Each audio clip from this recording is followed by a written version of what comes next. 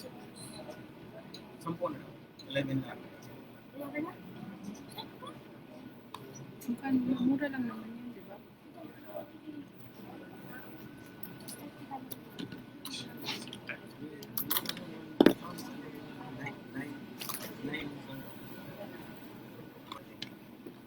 Good afternoon, ladies and gentlemen. We already have a quorum, so everybody please settle down so that we can start with the session.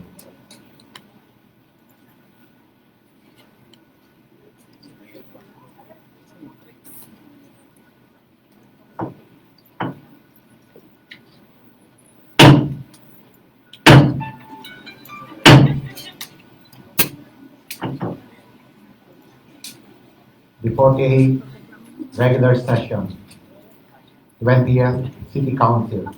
Again, the Oro City will please come to order. Today, by the authority vested in me as the presiding officer pro tempore,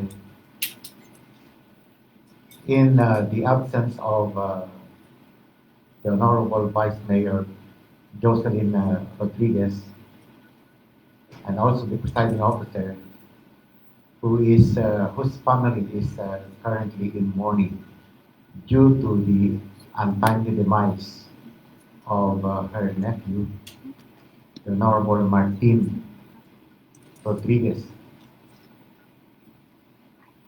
a member of the City Council of El Salvador City. This afternoon, I'll be presiding over this session.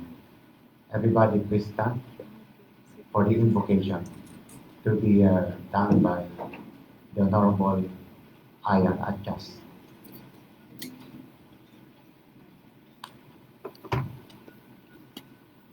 Let us pray. Heavenly Father, the Son, and the Holy Spirit. Heavenly Father, we come to you today asking for your guidance, wisdom, and support as we begin this session. Help us to engage in meaningful discussion and allow us to grow closer to our people. Our Father who art in heaven, hallowed be your name. Your kingdom come, your will be done on earth as it is in heaven. Give us the every day of Jesus. As we give from seven days. Give us some test, and us but Father, the Son, and the Holy Spirit.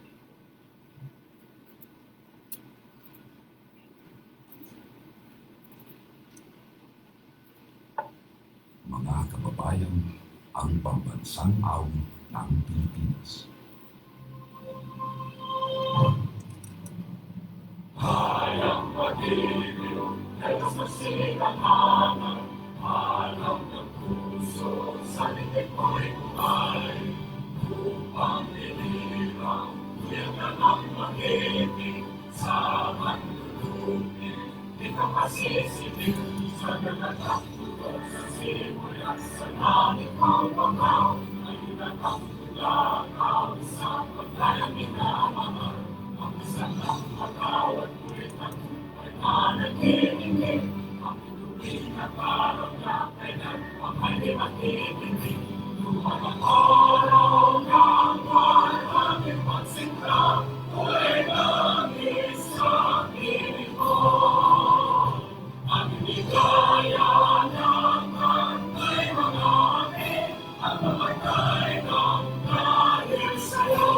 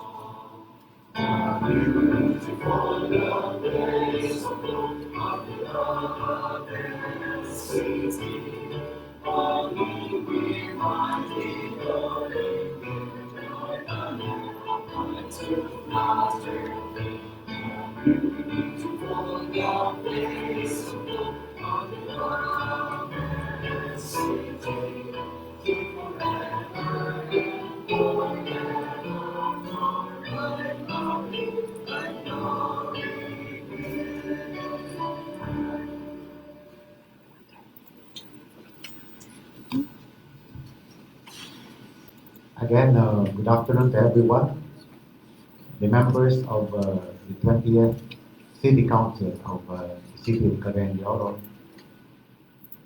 our guests, including those who are viewing the session via the social media platform, our friends from the media, fellow Cagayanons, good afternoon. Mr. Secretary, roll call, please. Honorable City Vice Mayor Jocelyn B. Rodriguez, on leave for the First District Councilors, Honorable Agapito Heriberto Giswan, Honorable Roger Jabaday, Honorable J.R. Pascual, Honorable Amy Rose P. Moreno, Honorable Romeo P. Calizo, Presiding Officer pro tempore, Honorable George S. Goking, Honorable Jose Pepe S. Apo Jr., Honorable Malvern A. Sparsha. For the Second District Councilors, Honorable Ebona Yasin B. Imano, Honorable Maria Lourdes Escaani, Honorable Joelen Mercedes Albalaba, Honorable James K. Joseph II, Honorable Ian Mark Q. Nakaya, on leave, Honorable Edgar S. Cabanlas, on leave, Honorable Christian Rostico M. Achas, Honorable Josette G. Magtahas Dava. For the ex-officio members, Honorable Yan Lam S. Lim, Liga ng mga Barangay President, and Honorable John Michael El Seno, City Escape Federation President. There is quorum, Madam President, Mr. Presiding Officer. Thank you very much, Mr. Secretary. Ladies and gentlemen, our majority floor leader is currently on leave outside the country. Where? It's confidential.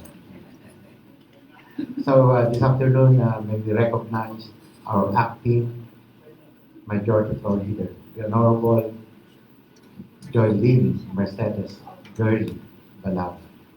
You're Yes, recognized. good afternoon, Mr. Presiding Officer, or Pro Tempore Councilor Romel Calizo, to my colleagues in the council, to all our guests and media friends who are here with us today, and to all our constituents who are watching via different social media platforms. Maayong hapon kaninyong tanan. Our majority floor leader, as said by our presiding officer, is likewise on leave. So I am taking the post on his stead also for this afternoon's plenary session. Of course, Mr. Presiding Officer, subject to pasalubong. And as you have already mentioned a while ago, Mr. Chair, on behalf of all the members of the 20th City Council and staff and employees of the Sangguniang Panlalawigan, we convey our deepest sympathies and condolences to the family of our Vice Mayor Jocelyn Bebon Rodriguez for the untimely demise of El Salvador City Councilor Martin Jigs Rodriguez. We pray that our Lord embrace her family with love and comfort in this time of their grief. Our condolences to the Rodriguez family. Anyway, to officially convey our condolences, Yes. we have enough of it. We've included a resolution relative. Yes, Mr. Presiding Officer. Also, I would just like to add, he's not present also today, he's also on leave. I would like to wish our colleague, Councilor Ayan Nakaya, happy birthday, even though he's not present today. And and Bernie Esforza, Councilor, tomorrow, happy birthday. So I think there's a birthday song.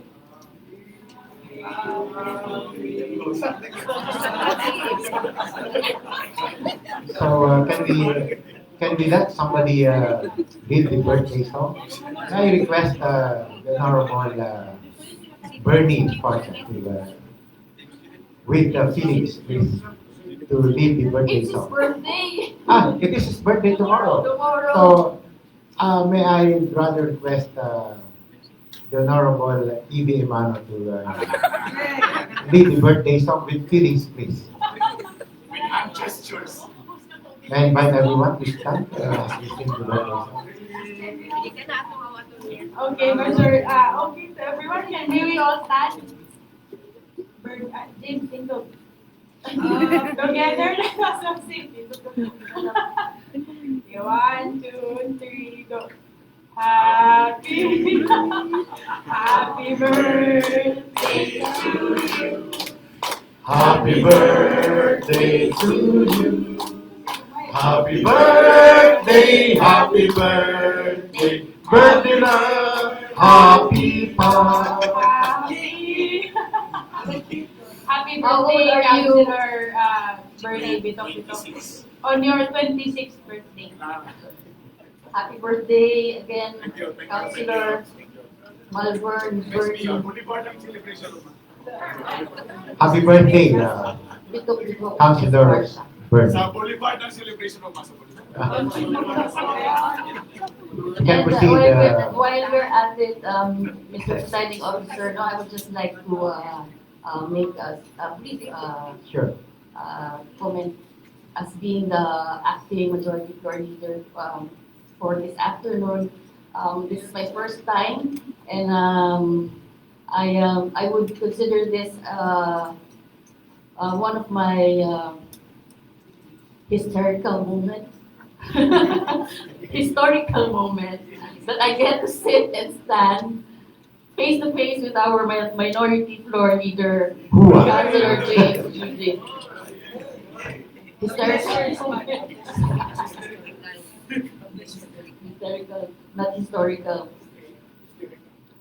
Anyway, so we will now proceed, Mr. Chair.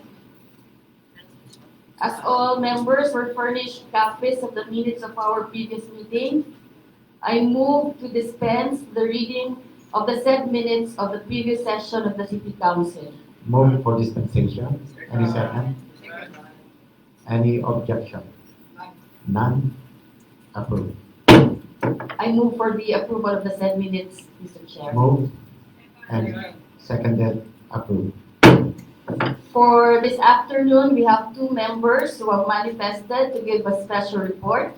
This is upon your recognition, Mr. Chair. They are Councilors James Judith, our minority floor leader, to talk about the Isalina Bridge expansion project. And second will be Councilor Roger Abaday regarding the sanitary landfill concerns. For your recognition, Mr. So we first recognize the Honorable James Judith as the first reporter.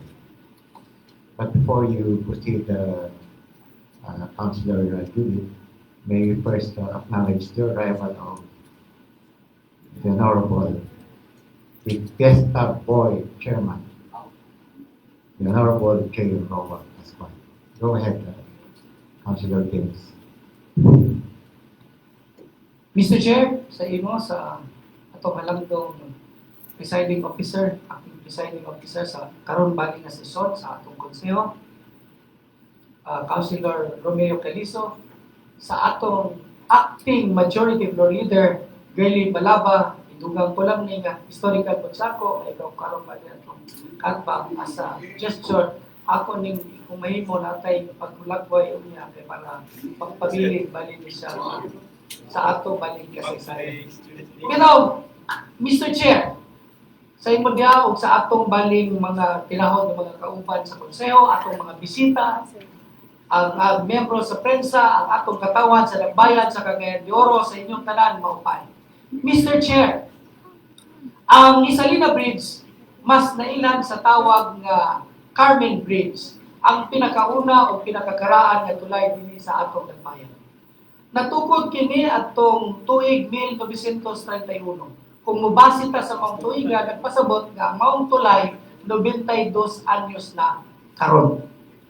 O base sa design, matawag nato kini usa ka gitawag nga truss bridge. Pasabot tungod sa iyang main design kanang sa ibabaw nga bahin, kanang orange ang color nga nagkurba.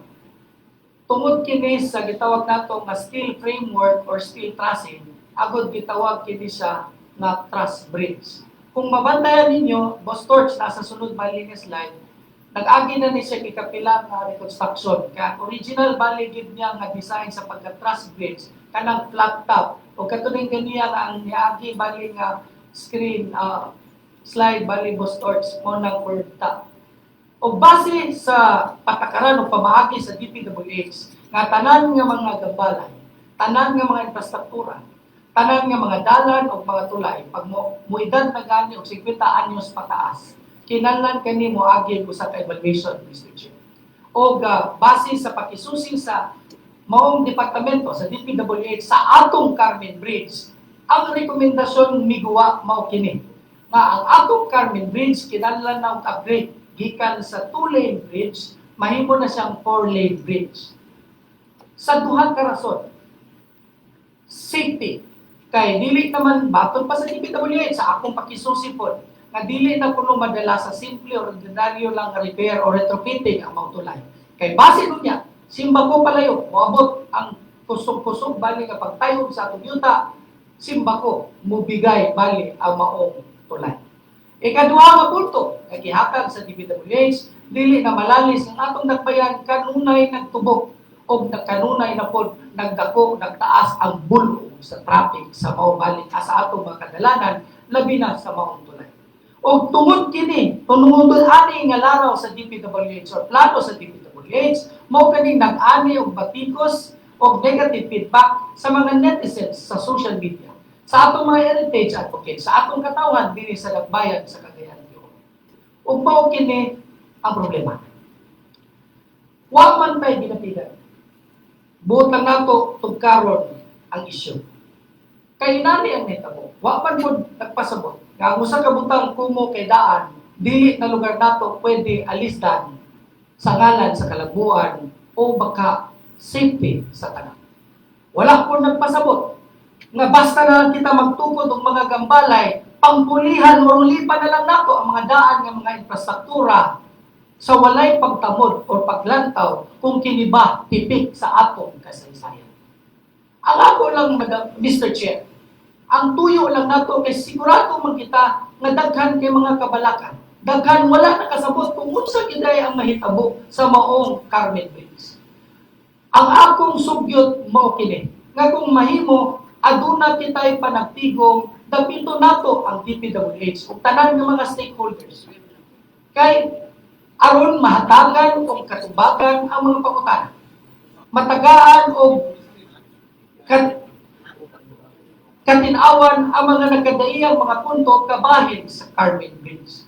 Musa at this juncture, Mr. Chair, I therefore move that this matter be referred to the Joint Committees on Tourism and Public Works. O sa katapusan nga bahin sa dayon sa akong pagtapos, Mr. Chair, kanila ang akong ipaambit sa tanan.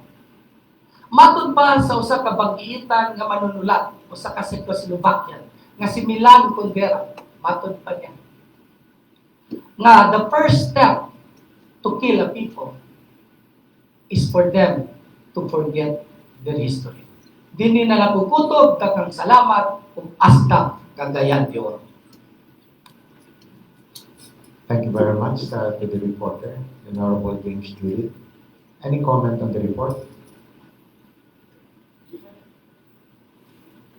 So the prayer is for it to be referred to the joint committee. But before you have rendered this report, have you tried to have this referred to the executive and compare what you have in mind with the task that they have, the executive? Yes, Mr. Chair. Nakikalayong ta sa CPDO sa atong nagbayan o nakita nato ang mga pipila ka ang nakita nato nga bikini gani wala sa walay pagpabor-pabor na ay kakulangon sa atong local historical commission. Kaya kung mabantayan ninyo sa niagi nga natay special session, 5 lang ang atong giaprubahan nga heritage sites. So wala na-appeal ang Mount Carmen Bridge. Kung nakita nato sa pipila ka mga sessions o panagtigom nga gihimo sa inisyatibo bali sa DPWH, kabayan anang pagbungkag lagi na kay huli panorpulihan sa Bako na Bali nga tulay. Trust Bridge na gyapon pero 4 na kalim. Wala nito nga wala gid maski isa kay gayon dito nga ang representante sa Local Historical Commission. Wala pod sila na explainan o mga kinsa tong mga interesado sa kasaysayan sa atong dakbayan o mga gitawag nato nga mga heritage advocates, wala pod sila nagpadala og representante. So wala pod sila nasayod ang ilang mga kabalaka nga naa nila gipahungaw sa social media, wala bali nila gyud ingon nga nakuha ang katubagan gikan gyud bali sa DPWH o sa ato bali dakbayan kung unsa gyud ang plano unsay pastada sa pagguba sa Mount Tulay. Kaya may tabo, Mr. Chair, sa ako bali pagduki-duki sa mga bali nga isyu, ang pagpuli gubaon man gyud ang Mount Tulay kay dili man gyud madala sa retrofitting lang. So maski tud abayan nimo wala lang gyapon pulos kay naa man ang daan nya ang Bako ipag-abay lugar nimo magguba gyapon malumpag gyapon ang daan. So ang sugyod sa DPWH pulihan gubaon gyud bali ang kasamtangan nga tuling nga Trust Bridge ang Carmen Bridge dayon maghimok upat kali mao gyapon ang disenyo. Trust Bridge gyapon siya curve type gyapon siya ang disenyo. So mo na ang nitabo galing lang kay ang Local Historical Commission o mga heritage advocates wala man nagtambong, Mr. Chair. So nitabo naaman ng lupad ang mga nagadaya, mga isyu, ang mga kabalaka sa pagtumo nga nganong kuno wala nato giprotektahan bali ang Carmen Bridge. Naapo dayon ang atong issue bali sa DPWH nga ingon sila kinalaman ang safety. So para gid mahupay ang mga kabalaka sa tanan, matagaad katubagan ang mga pangutana, matagaad katinawan ang mga nagadayang mga punto kabayan aning controversial bali nato nga expansion o replacement sa kining Salina Bridge or Carmen Bridge. Ang ayan yun, nga naay tawagon nato nga panagtigom, laing hugna nga panagtigom, Mr. Chair, din atong nabiton sa sublit ang DPWH, ang mga heritage advocates kay sila man gyud ang saba kabayan aning issue o tanan nga mga stakeholders aron ato na gyud ning matuldukan ang kani nga issue.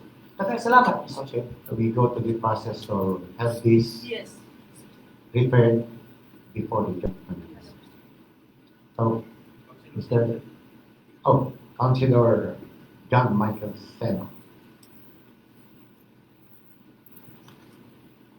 Good afternoon to you, Mr. Presiding Officer, the gentleman from First District, Honorable Mayor D. Calizo, and of course the members of the 28 City Council, friends ko na media, at fellow Cagayanos, ng hapong ganun.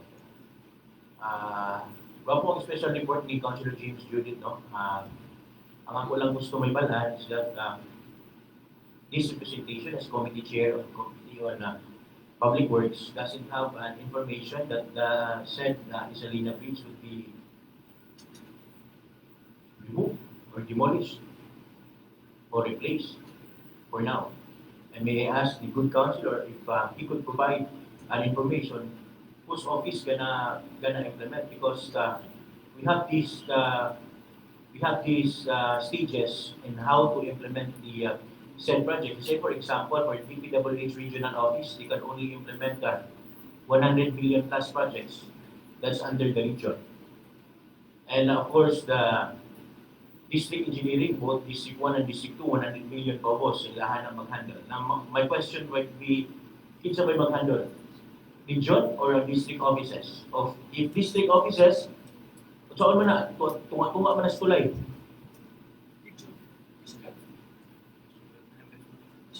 Oh, So that's my question kay base na itong imbitaron na District 2 Engineering Office, hindi sila mo mag-implement. District 1 Engineering Office, hindi mao. Or we will need an information to this so that we could arrive a better solution on this regard. And pasiuna lang, Mr. Presiding Officer, kinahanglan ni sa tutukan. Kay, let's say for example, I don't understand the logic ng anong kinahanglan nga gubaon na gid siya. Una, na kung pangutana,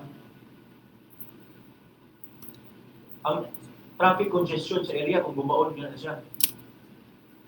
Or i-provide kung himuon siya 4 lanes, unahon sa itong duha sa outer lane, pabilin sa to, while kakamulog ang unsak, pabilin sa duha, para nga maagian ang duha ka lane. Ikatulo, anong kinahanglan ko man nga gubaon na wala may mga heavy equipment or heavy nga trucks nga pangagi diya kay bawal man. Mo galing nang ipaubusan nato ang loads nga pangagi diya na napita tungod kay dugay na kay nasa mong area o nag-retrofit na siya. And sa akong nasabtan, Mr. Presiding Officer, even our Marcos Bridge, gina-retrofit mo gyapon na nila from time to time, no? It's mandatory maintenance, ginatawag nila sa DPWH. Now, that's my question, Mr. Presiding Officer, and hopefully, the good councilor from 2nd District would help us in providing that vital information so that we could proceed past the Mr. Presiding Officer. Thank you so much and good afternoon to everyone. Thank you very much to the Honorable John Michael Steno. Well, it is best for us to hear the answers from the horse's mouth. So the appropriate venue for that is the joint meeting, as has been prayed by the reporter. So the prayer of the good reporter is this. So thank you very much to the good reporter, the Honorable James Judy. Next reporter, please. Councilor Roger Abada is recognized. Thank you very much, Mr. Presiding Officer, Councilor General Romeo Calizo, of course, the members of the 28th City Council, and all people who are watching us virtually and physically who are here in the gallery, friends, ngayong hapon sa tanan. On the outset, before go magsusunod, last July 8, 2023, this representation was commissioned by the Honorable City Mayor to represent him on the 5th celebration of the Worldwide Fund, Philippines. A worldwide advocate in no plastic in nature.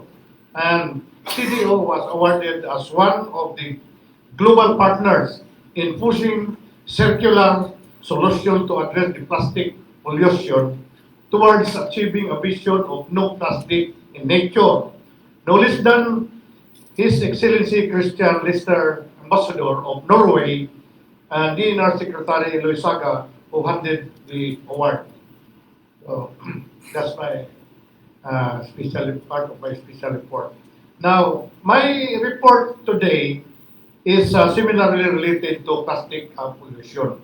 Now, let me bring to you a published article in the Philippine Daily Inquirer dated July 16, 2023.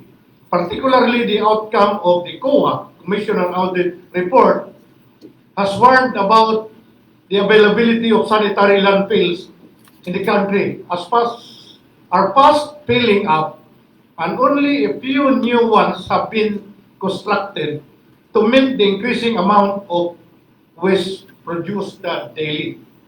Now, this problem is not unique to the Philippines, but also faced by other countries.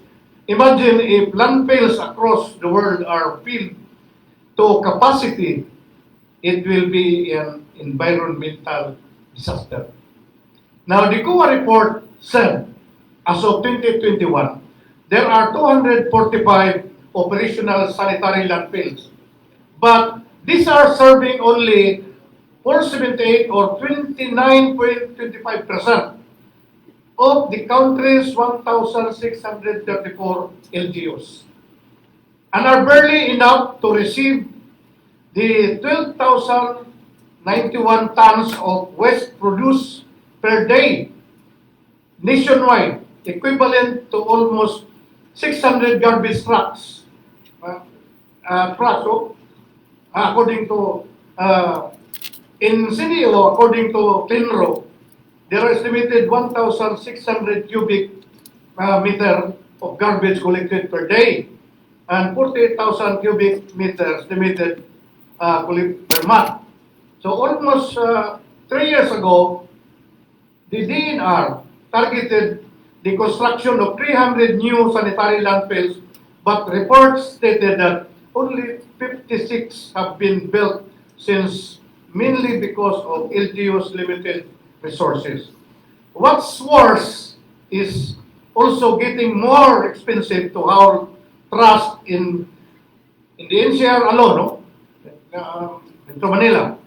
The Metro Manila Development Authority spent 3.36 billion last year for environmental sanitary services to collect garbage.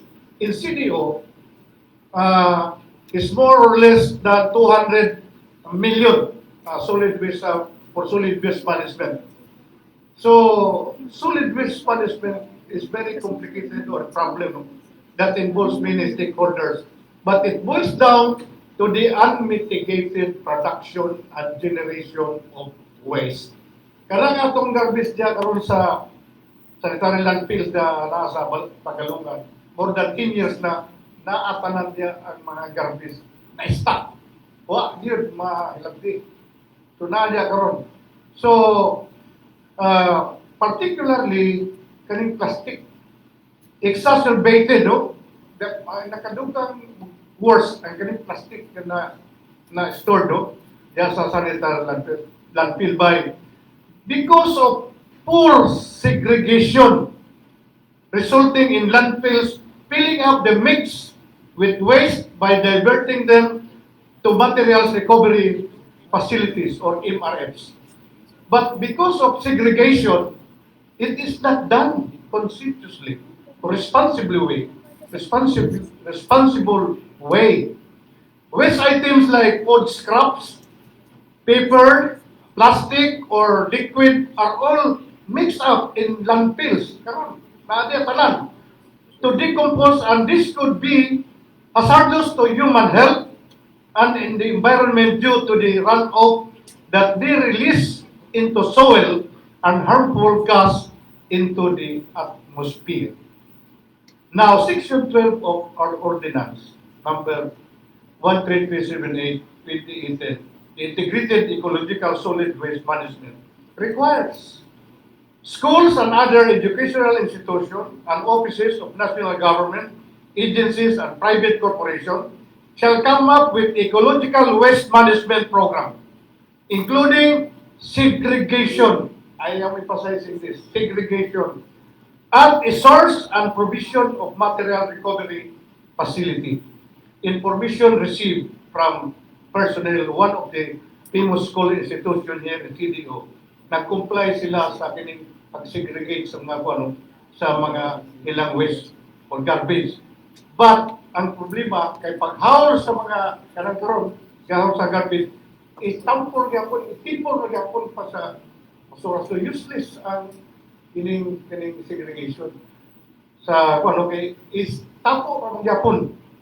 Kaya nga naman, dapat kanang segregated nga mga kanang mga pusdan pa recycle, dili na ilabay dito sa, dili na i-appeal, dito na ibilin na siya.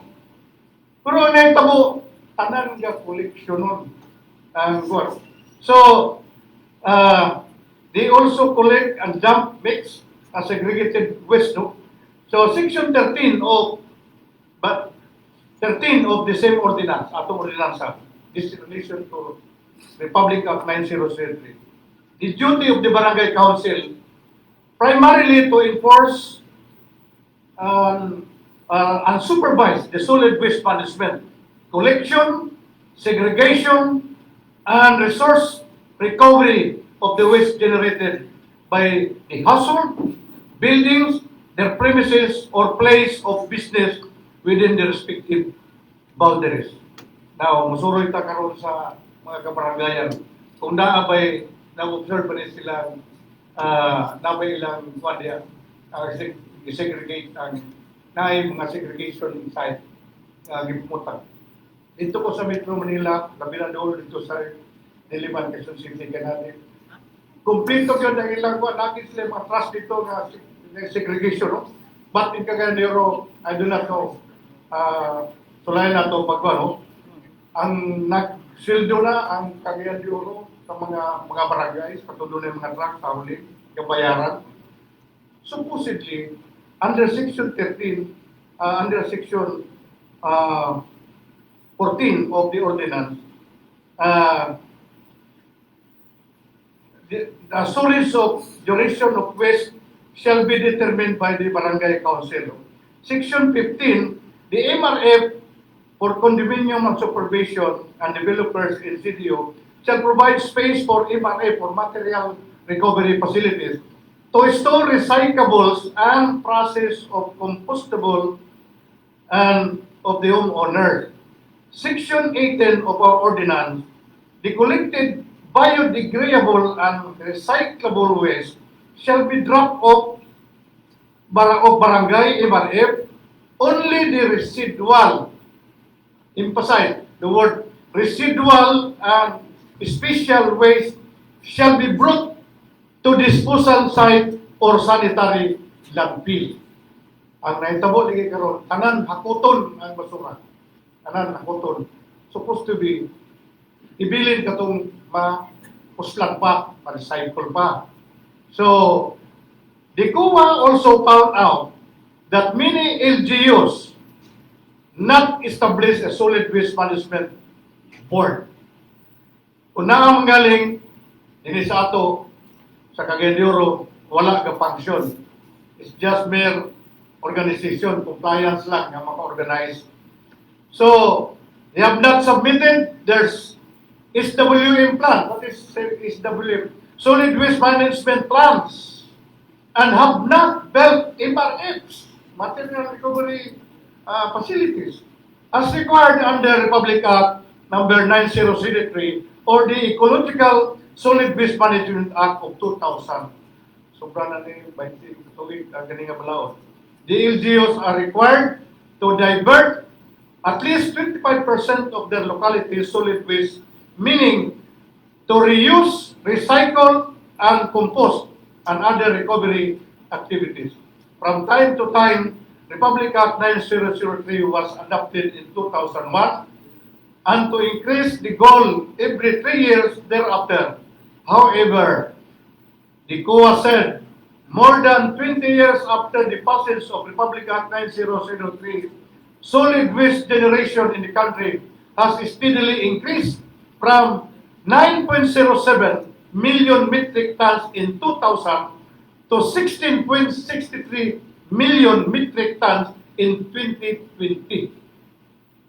Now in CDO, from 530 more or less cubic meter has increased to 1,600 cubic meter per day.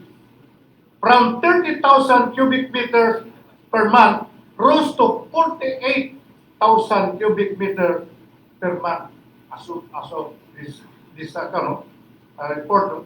So the situation may be attributed to the frail, hinay or luya ang enforcement and compliance with the law due to political, financial, and technical limitations of the LGUs and the implementing agencies. Ako ka nga finding. So aside from the Republic Act 9003, the country has also more than enough laws to address the waste problem, including Republic Act 11-1898 or the Extended Producer Responsibility Act or the EPR in 2022, which obliges companies to take responsibility for the recovery, recycling, or disposal of plastic that they produce. Regulations are in place to, such as the DNR order to LGUs to establish ordinances instructing barangays to undertake waste segregation at the source and to act against those who will not comply. No words yet on what has been done with the non-compliance. And it remains to be seen whether all these laws are just lip service. More than anything, the government needs to be more creative in addressing plastic waste production. Still the biggest source of waste, instead of passing the buck or passing laws only to half-heartedly implementing them. It can start by strictly implementing the laws as well as continuously exploring practical options. Other countries can provide models on how to address the ever-growing waste problem.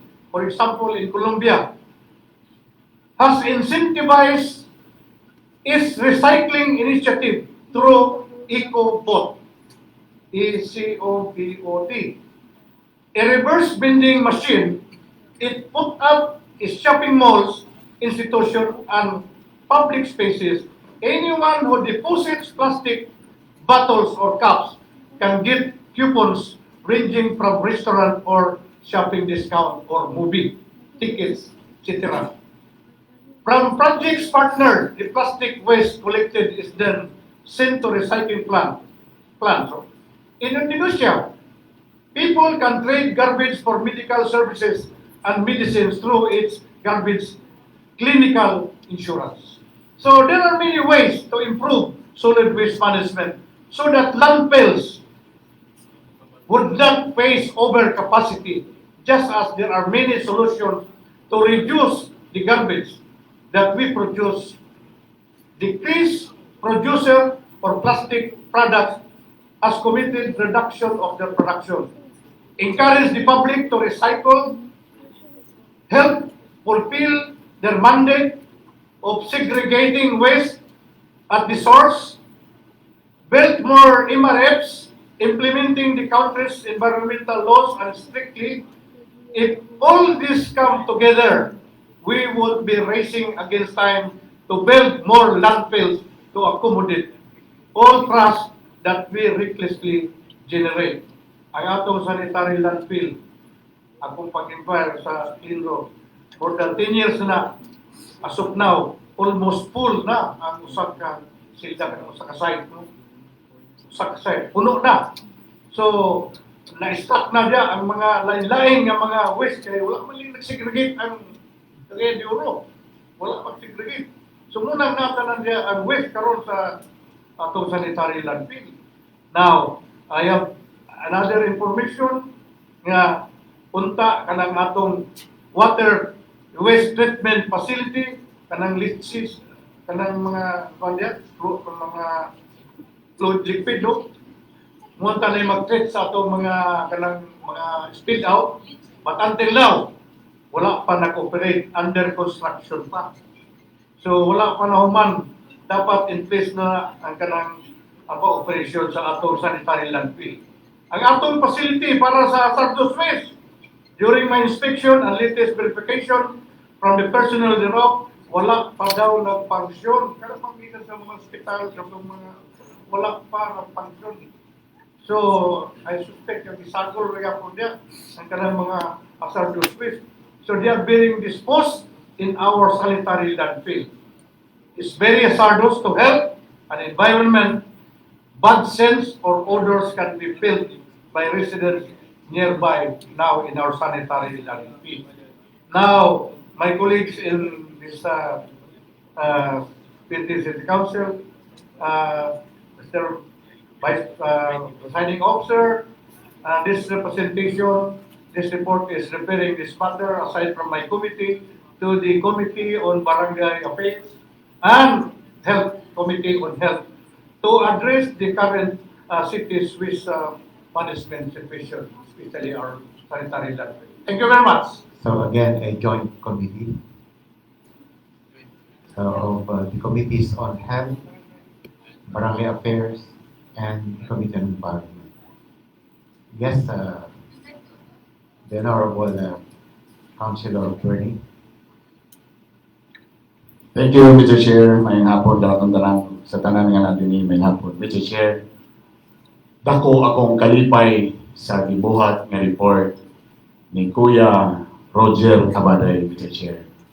And kabalo ko nga dugay ra kay ni nga problema sa dakbayan o kaning segregation ng mga sa basura dugay ra ni nay ordinansa. Sa ako pang giingon, being a legislator for a year, dagan na kay tay mga ordinansa nga ngipon ra gyud kulang. Namang galing ngipon pero basin puros ra bag-ang dili hait basig kailangan pulihan og banggil. Mr. Chair, tana dawaton sa atong good reporter si Kuya Roger Abaday nga i-appeal tana ang climate change nga committee para kaning joint hearing because I will really by heart mo partner sa akong Kuya Roger na tanaw nato tawagon nato ni tanan mga sa barangay sa kaning mga basurero tanan kung unsay challenge ani Mr. Chair. Pagbuhat sa ordinansa atong ginadebatihan kung unsay dapat na diaa pero kaning tanan atong pagdebate o paghiring wa ginipulos pag-abot sa implementasyon di gyapon nato mabuhat. So ako please hopefully tanan dawaton ni Kuya Roger Abaday nga ma-appeal ang climate change sa komitiba para I will me myself also as an advocate Mr. Chair ang gusto nato mahinlo kining dagpayan sa Cagayan de Oro na ato gining tutukan maminaw ta sa mga ahensya sa mga agency kung unsa man gid ang problema ani para atong matimbang-timbang tanan Mr. Chair kung sa angay buhaton. Daghang salamat Mr. Chair. Thank you very much, Councilor Bernice Pasha. Of course, we are going to include the Committee on Climate Change in the referral. Maybe recognize first the Honorable Ian Adjas. Thank you, Mr. Chair. Good afternoon, everyone. Mr. Chair,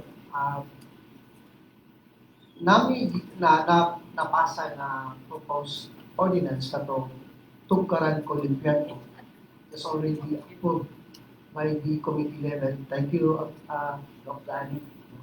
So, the spirit ani nga ordinance sa Mr. Chair na every once a month, every third Saturday, ang barangay, no? Ang barangay mulibot sa matagsuna. Tan-awon kung kinsa tong mga balay, mawala nakasibigate, wala nakatuman sa atong 9003 na Solid Waste Management Act. Ug uban pa na mga pwede nato ma-implementar sa pagpaglimpyo sa atong tugkaran. Ako ni gisulti Mr. Chair kay unta mahatagan na kini og higayon nga ma-approve kini nga ordinansa aron maobligar nato ang barangay nga implementar nila ilang solid waste, ato silang i-obligar na musuroy matagsuna, ato silang i-obligar na ang katawhan magsugod na gyud og pagpanglimpyo. Kini nga balaod, Mr. Chair. Ako ning nasugdan kaniadto isip ko sa kakapitan. Nakita nako kung naay balaod nga magmandato sa usa ka kapitan, usa ka barangay na sa matag bulan iyang tultulon kung kinsa sa iyang mga residente ang wala nagtuman ani balaod sa 9003 Act, ato silang pagasimutan. Number 1, ato silang ipatawag, ato silang pumustahon kung kaya ba nila ako sa katrabaho. Mao kini ang spirit ani nga ordinansa. Nga unta, mahatagan ni kini og higayon nga makalabang aron ato nang masugdan ang gusto nga implementasyon nga kabahin ni ani solid waste, kabahin ani pagpanglimpyo kay dako kay epekto Mr. Chair sa kabahin sa panglawas. Una, matutukan ni ani ang atong mga duty cases. Kung musuroy ang barangay kay obligado siya nga mamultahan o obligado siya nga masilutan, nagtuo ko, there is a will for them to work. Muna, Mr. Chair, nga unta mahatagan ni kini og higayon. Na naman ni sa Committee on Laws and Rules nga unta aron gyud nga makita nato kung epekto ba ni nga ordinansa. Kung ang barangay dili mo tuman ini or ang katawhan dili mo tuman ini na epekto sa atong pag-implementar. So muna akong prayer Mr. Chair nga unta masugdan ni aron sa ato nang ma-deliver kini nga ordinansa. Daghang salamat sa mga kapustahan. Thank you very much, Councilor Ayan Anchas. Anyway, aside from that proposed ordinance, awaiting the decision of the Committee on Laws and Rules, the Committee on Barangay Affairs is included in the referral on the special report of Councilor Amaya. May we now recognize the majority floor leader. Yes, we have another member who is requesting to have the floor, Mr. Chair, Councilor John Michael Seno, to report on the progress, to give a special report on the progress regarding the 37 unfinished infrastructure projects. Upon your recognition, Mr. Chair.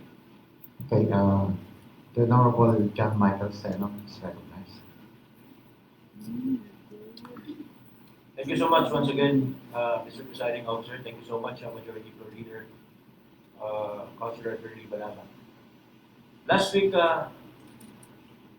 Presiding Officer, the Committee on Public Works and the Committee on Finance, Budget and Appropriation have started their works, considering that the Council have moved already to the committee, to the both committees, to render a terminal report on this audit observation memorandum coming from the Commission on Audit. No? First hand information that we got, Mr. Presiding Officer, is that in the 20% development fund, there are 37 projects now, Manay Problema. However, when we invited COA, it's not 37 projects. It's 126 projects in the city of Cagayan de Oro. And the amount is not only 200 plus million pesos. It's all about, it's sum up around 1 billion plus projects starting from year 2018 to 2022. Mr. Presiding Officer, that composes of roads projects, flood control, water system, land development, and various infrastructure projects in the city of Cagayan de Oro. I would just like to render my progress report to this committee, Mr. Presiding Officer, because right now, supposed to be the engineering office and the accounting office would give us their report. No? Okay, we want to know the real score, how many percentage have this project been finished by the contractors as of now, Mr. Presiding Officer, and of course the disbursements coming from the city accounting, so that we could tell na pwede man gustuhin sila, Mr. Presiding Officer, na wala pa na nakadawat o mobilization, musulti ang city engineers, then how come we would know if we would not ask the city accounting on this? And they have promised to give us a report today or last Friday, but up until now, this representation doesn't receive an information so that we could proceed. Supposed to be tomorrow, Mr. Presiding Officer, with the actual inspection to the sites so that we could finish the recommendations, and we will present it to the plenary next week, hopefully. But for now, Mr. Presiding Officer, di kami makamove forward up until that the city engineers and the city accounting would release the said information to the committee so that we could move forward, Mr. Presiding Officer. No? I just called up the new city engineer, Engineer OIC, Engineer Joel Momongan on this, and most probably today or tomorrow we could give already the report, no? And hopefully this week, Mr. Presiding Officer, we could start now the actual inspection of these 126 projects, not 37. I repeat, 126 projects that cost around more than 1 billion pesos budget in the city of Cagayan de Oro. That's for my progress report, Mr. Presiding Officer, because I am obliged to report as what being asked by the minority floor leader to render a report. So I render my report right now, Mr. Presiding Officer, and thank you so much and good afternoon to everybody. Thank you very much to the Honorable John Michael Cano. Anyway, all the details shall be discussed in the joint committee. If there are other questions from the members of the 20th Council.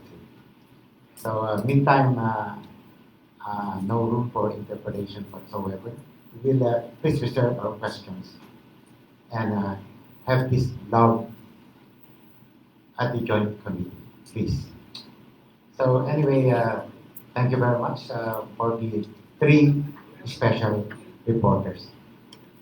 Yes, we will now proceed, Mr. Chair, to our orders of the day. We can go ahead, Madam Majority Floor. Omnibus motion for items 1, 2, and 3. Item number 1, proposed resolution number 2023-452, returning to the Barangay Council of Barangay number 21, the city, its ordinance number 02, covering its supplemental budget number 1 for calendar year 2023. Item number 2, proposed resolution number 2023-453, returning to the Barangay Council of Barangay Bayabas, this city, its ordinance number 001-2023, series of 2023, covering its annual budget for calendar year 2023. And item number 3, proposed resolution number 2023-454, returning to the Barangay Council of Barangay Indahag, this city, its ordinance number 001-2023, series of 2023, covering its annual budget for calendar year 2023, with an estimated income, each with corresponding amount, with the information that said ordinance is operative in its entirety. May we call on and recognize Councilor Maria Lourdes Esden-Ane as member of the Barangay Affairs, Committee on Barangay Affairs, to make the appropriate motion. Councilor Dr. Malu Gaani is recognized.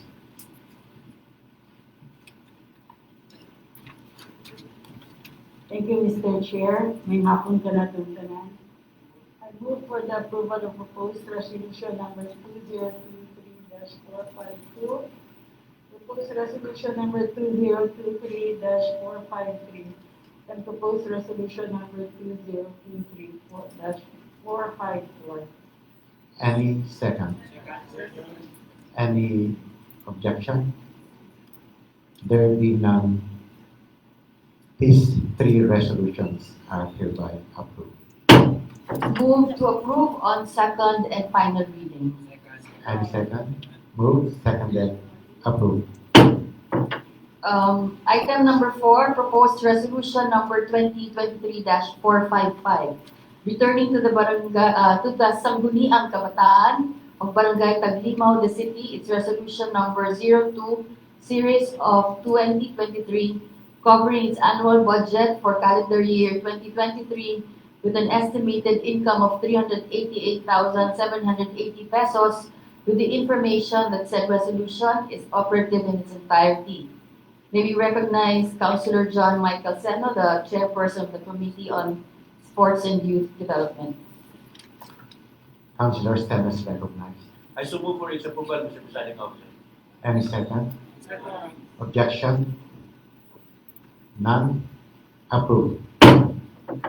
Move to approve on second and final reading. Any second? Move, seconded, approved. Item number 5, proposed ordinance number 2023-266, appropriating the sum of 47,474.19 centavos from the salary savings of the item number 16, Community Affairs Officer 2, under the Personal Services of the Office for Community Affairs for the period January 1 to February 1, 2023, in the 2023 annual budget, to be made available for the payment of the unpaid claim for salary for the period November 2, 2022 to December 31, 2022 of Ms. Ivy Joy J. Romanillos, Community Affairs Assistant 2, who was appointed as regular permanent plantilla personnel of the Office for Community Affairs effective November 2, 2022. May we recognize Councilor George S. Goking, member of the Committee on Laws and Rules, to make the appropriate motion.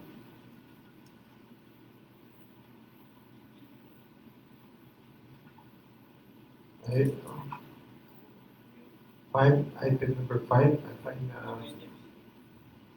proposed ordinance number 2023-266. Find all the things are in order. I move for the approval, Mr. Chair. Any second?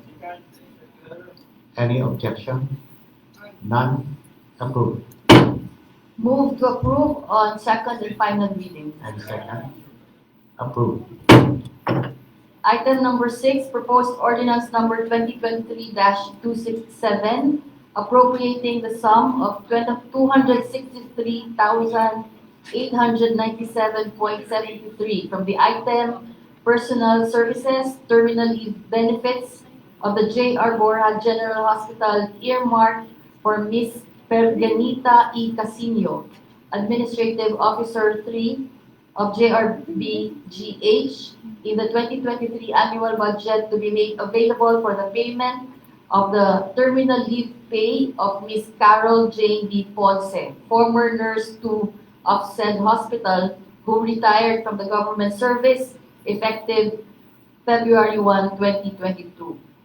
May we call on our ex-official member of the Committee on Finance, Budget and Appropriations, Councilor James Judith, to make the appropriate motion. Councilor James Judith is recognized. Mr. Chair, move for the approval of proposed ordinance number 2023-267. Any second? Objection? None? Approved. Move to approve on second and final reading. Any second? Seconded? Approved. Item number 7, proposed ordinance number 2023-268, authorizing the Honorable City Mayor Rolando A. Uy, representing the City Government of Cagayan de Oro, to enter into and sign the Memorandum of Understanding or MOU with the Kaban Kalikasan ng Pilipinas Foundation Incorporated or KKPFI, covering the implementation of the Plastic Smart Cities pilot project in Barangay Lapasan and Barangay Carmen, both this city, under the terms and conditions stipulated therein. May we call on Councilor Roger Abaday, Chairperson of the Committee on Environment, to make the appropriate motion. Councilor Abaday is recognized. I move to approve the proposed resolution. Any second? Objection? None? Approved. I move to approve on second and final reading. Second? Seconded? Approved. We have, for our inclusion, we have 4 items, Mr. Chair. Upon your approval for inclusion. Yes, Councilor Abaday. Before we move. May I include for inclusion, Mr. Chair, for resolution congratulating Japan Karate Association, Cagayan de Oro chapter, for winning medal during the traditional karate open tournament held in Subic. I am punishing the Secretariat for their guidance to craft Subject this time. Thank you, With reference to the document to be handled by the Honorable Abaday. So there are 5 items for inclusion being moved by the majority floor here. Any second? Seconded? Approved. Item number 8, proposed resolution number 2023-456, commending the issuance of proclamation number 298 by the Office of the President, which lifted the declaration of state of emergency in Mindanao on account of lawless violence under proclamation number 55 as 2016. I would like to call on Councilor George S. Goking to make the appropriate motion. Before the appropriate motion, can you give a little expounding of The proposal? Chair, The state of emergency proclamation number 55 is against the account of lawless violence in Mindanao, prohibiting many of the foreign citizens to come to Mindanao for investment because of this. So we have encountered since 2016 prohibitions from other investors because during one of my visits in the US, nakabutang ditong areas not to be visited, Cagayan de Oro City.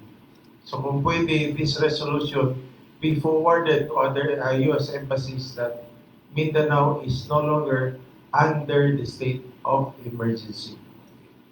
Medyo apiki po atong tourism, atong business because of this.